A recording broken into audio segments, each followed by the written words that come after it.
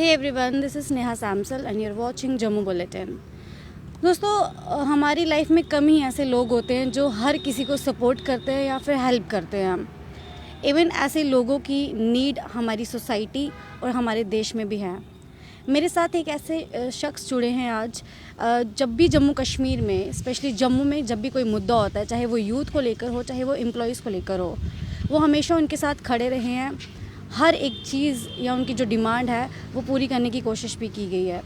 जी हाँ, मैं बात कर रही हूँ एनसीपी के स्पोक्स पर्सन और साथ ही नेशनल जॉइंट सेक्रेटरी के शख्स की, जिनका नाम है इंजीनियर ऋषि कौल। और ऋषि जी, सबसे पहले स्वागत है। हाँ जी मैम, शुक्रिया। सबसे पहले मैं जानना चाहती हूँ कि जिस तरह से आप एम्प्लॉयज़ हो या यूथ हो, आप हंगर स्ट्राइक पे भी हमने आपको देखा, आप बैठे होते हैं।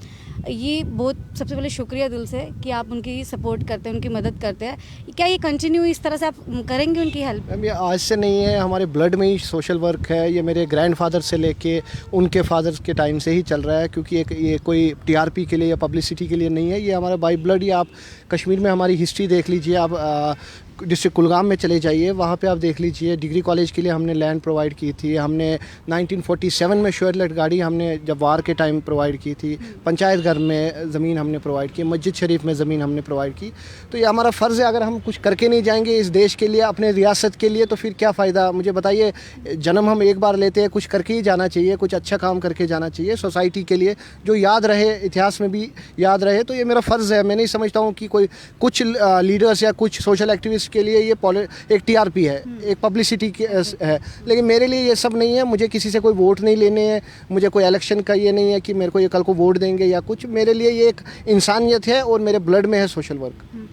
बहुत ही अच्छा काम कर रहे हैं आप सपोर्ट करके। बट मैं आपसे जानना चाहती हूँ कि जम्मू के यूथ को लो, स्टूडेंट्स को लो, एम्प्लॉयज़ को लो, चाहे वो रहबरे खेल के हो, चाहे वो बीएसएफ सीएसएफ हो, चाहे वो फिर एस्टेट डिपार्टमेंट के हो, क्या लगता है कि क्या रीज़न्स हैं कि वो हर दिन सड़क पे बैठ के प्रदर्शन कर रहे होते हैं? रीज़न ये है कि लोगों ने भारतीय जनता पार्टी को वोट दिया, लोगों ने मोदी जी पे विश्वास किया।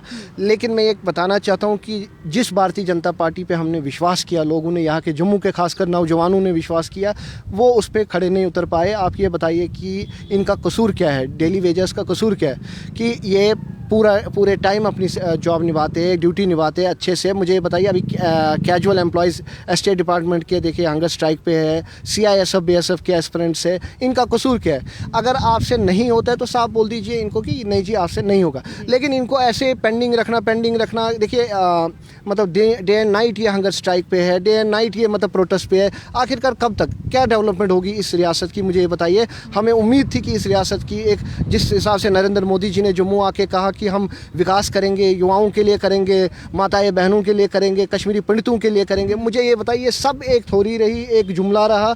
जिस हिसाब से हमें एक आश्वासन दिया गया कि कुछ होगा, लेकिन कुछ भी नहीं। मुझे ये बताइए, एससी एसटी समाज को आप ले लीजिए, उनके लिए जो बेनिफिट्स मिलने चाहिए वो उनको नहीं मिल रहे।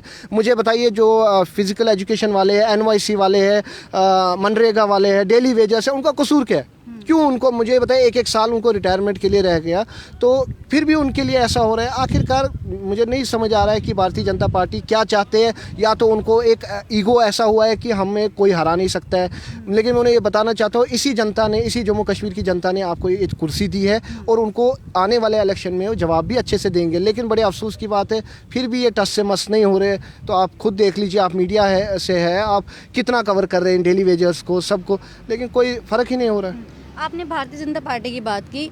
हाल ही में श्रीनगर में बीजेपी लीडर अनवर खान पे अटैक हुआ। जम्मू कश्मीर स्टेट से यूटी बन गया पर मिलिटेंसी खत्म नहीं हुई, क्या रीज़न हो? इसकी हम पहले देखिए, जो ये इंसिडेंट हुआ उसकी कड़ी निंदा करते हैं। ये होना नहीं चाहिए। तो चाहे वो किसी भी पार्टी से, लेकिन जान तो इंसान की है, चाहे वो किसी भी पॉलिटिकल पार्टी से बिलोंग करते हो।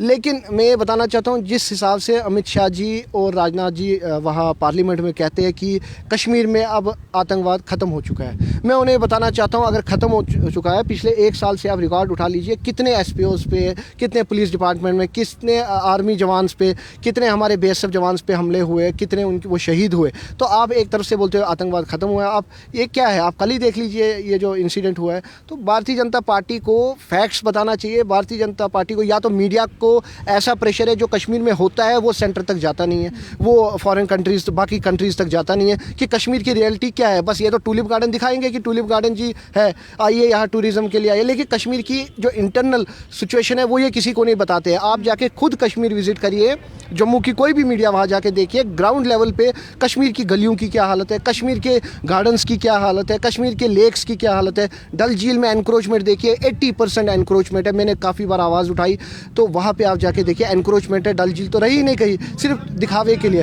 तो आखिरकार ये फिर भी चुप है, ये कर क्या रहे हैं मुझे समझ नहीं आ रहा है। विकास कौन सा विकास हो रहा है? अच्छे दिन अगर आए हैं तो भारतीय जनता पार्टी के लीडर्स के, जो विकास हुआ है तो भारतीय जनता पार्टी के लीडर्स का। जम्मू कश्मीर में कोई विकास नहीं हुआ है। जम्मू कश्मीर में जो 70 साल पहले था वही है। आप मुझे बताइए, इन्होंने प्रधानमंत्री कौशल विकास योजना जो PMKVY स्कीम एक लॉन्च की थी आज से 3 साल 4 साल पहले, लाखों रुपया हर एक नौजवान ने लगाया, उसमें इन्वेस्ट किया कि हमें रोज़गार मिलेगा, लेकिन कुछ भी नहीं, वो फ्लॉप हो गई। तो जो पैसा डूबा उसकी रेस्पॉन्सिबिलिटी किसकी है? मुझे बताइए आखिरकार ये चाहते क्या है? यही हाल है कश्मीर में। लेकिन शुक्र ये है कि जम्मू के नौजवान ने अभी पत्थर नहीं उठाया, ये उनको मजबूर कर रहे हैं पत्थर उठाने की, वो भी कश्मीर की तरह पत्थर उठाए। देखिए कश्मीर की जो लीडरशिप है वो स्ट्रांग है। डॉक्टर फारूक अब्दुल्ला है, महबूबा मुफ्ती है, वो उन लोगों के हक़ के लिए लड़ते हैं। लेकिन हमारे जम्मू के जो लीडर्स हैं वो हमारे हक़ के लिए नहीं लड़ते हैं। ये बड़े अफसोस की बात है। अभी तक इस 6 साल में ये महाराजा हरी सिंह की छुट्टी नहीं रख सके, जिसकी ये रियासत है। इससे बड़ी शर्म की बात क्या हो सकती है कि भारतीय जनता पार्टी अभी सोच रही है कि छुट्टी रखेंगे नहीं रखेंगे, छुट्टी रखेंगे नहीं रखेंगे। इससे बड़ी शर्म की बात क्या हो सकती है? आर्टिफिशियल लेक की बात कर लीजिए, कहाँ है आर्टिफिशियल लेक? मुझे ये बताइए, कुछ भी नहीं है। कौन सा विकास है? मंदरू की हालत देख लीजिए, यहाँ पे मंदरू का शहर बोलते हैं, क्या है मुझे ये बताइए? कुछ भी नहीं है इस रियासत में सिवाय जुमलेबाजी के भारतीय जनता पार्टी के और आश्वासन। स्मार्ट सिटी की बात करना चाहूँगी। क्या लगता है आपको 370 हटने के बाद कोई स्मार्ट सिटी बनी है कि यहाँ भी बनने वाली है? देखिए वो मुझसे ज़्यादा आप ग्राउंड लेवल पे लोगों को, ना किसी पॉलिटिकल लीडर ना किसी सोशल एक्टिविस्ट से, आम जनता से जाके पूछिए, कश्मीर के आम जनता से जाके पूछिए आपका विकास हुआ है, स्मार्ट सिटी बनी है? अरे जब आप मुझे बताइए, स्मार्ट सिटी तब बनेगी जब आप लोगों को स्मार्ट बनाएंगे, जब आप हमारे डेली वेजर्स को स्मार्ट बनाएंगे, जब इनके मुद्दे हल होंगे, तब स्मार्ट सिटी की बात करिए ना। अभी आपसे सड़कें नहीं बन रही है, अभी आपसे गलियाँ नहीं बन रही है और आप बोर्ड लगा रहे हैं स्मार्ट सिटी के। बड़े अफसोस की बात है, ये क्या हो रहा है इस रियासत में, बड़े शर्म की बात है। हमारे युवा सड़कों पे है, नौजवान सड़कों पे है, डेली वेजर्स सड़कों पे, आंगनवाड़ी वर्कर्स सड़कों पे, और ये बात करते हैं स्मार्ट सिटी की। किस स्मार्ट सिटी की? हम तो हाथ जोड़ के बोलते हैं हमारे पुराने दिन हमें वापस कर दो। आप ये बताइए, हमारे LG साहब है यहाँ पे, मनोज सिन्हा जी, वो कितनी बार उन्होंने विजिट किया कि जम्मू की इंटरनल हालत हमें देखो। देखिए अगर वो LG है, इस रियासत के हेड है इस टाइम, उनका फ़र्ज़ बनता था कि वो डोर टू डोर जाके देखे कि LG का मतलब ये नहीं है जब प्रधानमंत्री कहते हैं मैं सेवक हूँ इस देश का तो वो चौकीदार हूँ, तो वो क्या है? LG साहब के LG साहब विजिट नहीं कर सकते? उनके एडवाइज़र 3-3 4-4 है, वो विजिट नहीं कर सकते? गाड़ियों में आते हैं, इनाग्रेशन करके चले जाते हैं। इंटरनल सिटी आप जम्मू की हालत देखिए, आप बहु फोर्ट एरिया जाइए, आप गांधीनगर इंटरनल जाइए, आप तलातुलो एरिया जाइए, जम्मू के आप रूरल एरियाज जाइए, बॉर्डर एरिया चले जाइए जम्मू के, वहाँ की कंडीशन देखिए। सुचीतगढ़, आरसपुरा, बिश्ना, अरनिया, इस बेल्ट की हालत देखिए। चिनाब वैली देखिए, उनकी कंडीशन क्या है? जहाँ तक अभी तक ट्रेन सर्विस नहीं है, जहाँ अभी तक बाई एयर सर्विस नहीं है, जहाँ हॉस्पिटल नहीं है, और आप बात करते हैं डेवलपमेंट की। किस डेवलपमेंट की बात करते हैं? स्मार्ट सिटी वो होता है जब आपने लोगों को भी स्मार्ट किया होता है, लोगों को भी जागरूक किया होता है। नौजवान सड़कों पे नहीं होते, यूथ सड़कों पे नहीं होते। जम्मू कश्मीर के नौजवान अभी देखिए सड़कों पे ड्रग्स और आतंकवाद की तरफ जा रहे हैं। क्यों जा रहे हैं? क्योंकि जब आपका ना मिशन है ना विजन है, यही कारण है कि हमारी रियासत पीछे जा रही है।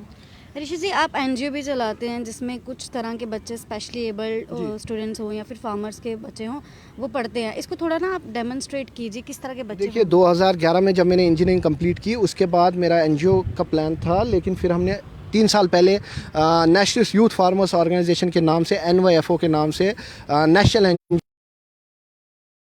के बच्चे हैं, रूरल एरियाज़ के बच्चे हैं, SC ST बच्चे हैं, कश्मीरी पंडित है, तो गुजर बकरवाल बच्चे हैं, उनके लिए हम प्रोवाइड करते हैं 80% फ़ी कंसेशन। हम रिक्वेस्ट करते हैं बाहर के जितने भी हरियाणा, पंजाब, दिल्ली के इंजीनियरिंग कॉलेज, हम वहाँ खुद जाते हैं, उनसे रिक्वेस्ट करते हैं कि इन बच्चों के लिए, हमारे स्टेट रियासत के बच्चों के लिए कंसेशन करें। फ़ीस अगर आपकी 70,000 है, इनसे 10,000 15,000 ही साल की फ़ीस ले। तो अभी तक मेरे थ्रू 1300 प्लस बच्चे जा चुके हैं, जिनकी मैंने लगभग 70% फ़ी कंसेशन कॉलेजेस में रिक्वेस्ट करके हर साल उनको 70% फ़ीस में कंसेशन मिलती है। कुछ बच्चे खासकर जो फिजिकली चैलेंज हैं, उनके लिए भी मैंने लगभग मैं बोलना नहीं चाहता हूं कि फ्री के बराबर ही फ़ीस की उनकी, किसी का 5,000 साल का, किसी का 8,000 साल का, तो जितना में से बन पाता है। और इसके लिए हम खासकर प्रयास कर रहे हैं बॉर्डर एरियाज़ के बच्चों के लिए, रूरल एरियाज़, क्योंकि देखिए जो जम्मू सिटी के बच्चे या कश्मीर सिटी के बच्चे हैं उनके पास तो हर एक चीज़ की फैसिलिटी है, वो घर में बोलते हैं तो हर एक चीज़ उनको प्रोवाइड होता है, ट्यूशन सब कुछ। लेकिन जो बॉर्डर एरियाज़ के बच्चे वो पढ़ना चाहते हैं, टैलेंटेड है, लेकिन उनके पास प्लेटफॉर्म नहीं है। तो हम यही करते हैं, किश्तवाड़, डोडा, मेंढर, पुंछ,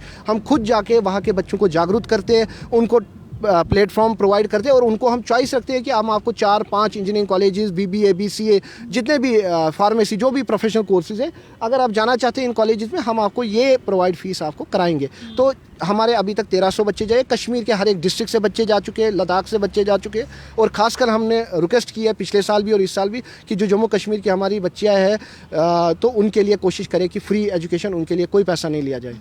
बहुत ही अच्छा काम करते हैं, उसके लिए शुक्रिया। एक लास्ट क्वेश्चन, ऐसे यूथ और ऐसे लीडर्स जो मुद्दा चल रहा है, प्रोटेस्ट कर रहे हैं यूथ, एम्प्लॉयज़, लेकिन चीज़ें हल नहीं हो रही हैं, सॉल्व नहीं हो रही हैं, और ऐसे यूथ जो सड़कों पे बैठे हुए हैं, इन दोनों के लिए क्या एक लास्ट मैसेज देना चाहेंगे?